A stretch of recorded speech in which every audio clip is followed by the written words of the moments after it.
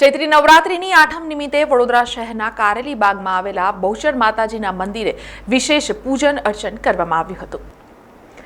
હાલમાં શક્તિની આરાધનાનું પર્વ એટલે ચૈત્રી નવરાત્રિ ચાલી રહી છે, ત્યારે આજે ચૈત્રી નવરાત્રિની આઠમ નિમિત્તે વડોદરા શહેરના માઈ મંદિરોમાં ભક્તોની દર્શનાર્થે ભીડ જોવા મળી હતી।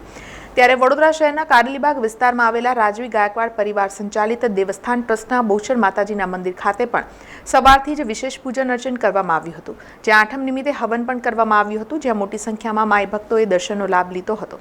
સાથે જ આઠમ નિમિત્તે યોજાયેલ હવનમાં શ્રીફળ હોમી ધન્યતા અનુભવી હતી।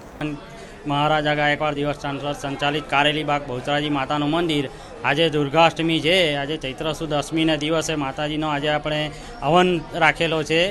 સવારથી ભક્તોની ભીડ જામેલી છે। ભક્તો માટે આપણે વ્યવસ્થા કરેલી છે। આટલા તાપમાં ભક્તો આવે એમના માટે આપણે વ્યવસ્થા કરી છે। કંતાન બાંધેલું છે, ભક્તોને તાપ ના લાગે તેના માટે આપણે કંતાન બાંધેલું છે અને સવારથી ભક્તોની ભીડ જામેલી છે।